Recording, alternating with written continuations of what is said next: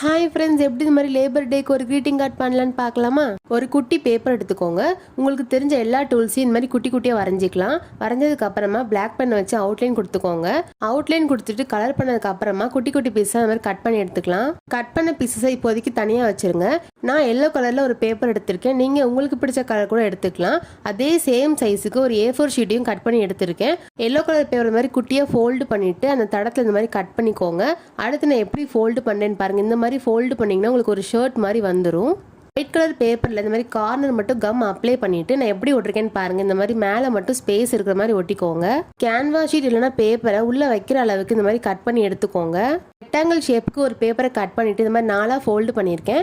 அப்புறம் இந்த ஃபோல்டு பண்ண தடத்தில் இந்த மாதிரி ஜிக்ஸாக்காக ஃபோல்டு பண்ணி ஓப்பன் பண்ணிங்கன்னா உங்களுக்கு இந்த மாதிரி தான் வரும். அதுக்கப்புறம் குட்டியாக ஒரு பேப்பரை நான் எப்படி வைக்கிறேன்னு பாருங்கள். இந்த மாதிரி வச்சு நம்ம கம் போட்டு ஒட்டிடலாம். இப்போ நீங்கள் ஓப்பன் பண்ணி பார்த்தீங்கன்னா உங்களுக்கு இந்த மாதிரி தான் வந்திருக்கும். நம்ம எல்லோ கலரில் ஷர்ட் மாதிரி பண்ணியிருந்தோம்ல, அதில் இந்த மாதிரி கார்னரில் ஸ்கொயர் ஷேப்பில் கட் பண்ணிட்டீங்கன்னா உங்களுக்கு இந்த மாதிரி தான் வந்திருக்கும். இதுக்கப்புறமா ஒரு பேப்பரில் இந்த மாதிரி குட்டி குட்டியாக பட்டன்ஸ் மாதிரி வரைஞ்சிருக்கேன். இப்போ நம்ம இதை ஒட்டிடலாமா? இப்போ பாருங்கள், நம்ம ஒட்டிட்டோம். நம்ம பாக்கெட் மாதிரி ஒன்று பண்ணியிருந்தோம்ல, அதில் நம்ம கண்டென்ட் எழுதிடலாமா? இன்னைக்கு லேபர்ஸ் டேனால நான் ஹாப்பி லேபர்ஸ் டே தான் எழுதியிருக்கேன். இப்போ நம்ம இதை கம் வச்சு ஒட்டிடலாமா? ஒட்டினதுக்கு அப்புறமா உங்களுக்கு நான் ஓப்பன் பண்ணி காட்டுறேன். நீங்களே பார்த்துட்டு எப்படி இருந்துச்சுன்னு கமெண்ட்ல சொல்லுங்க.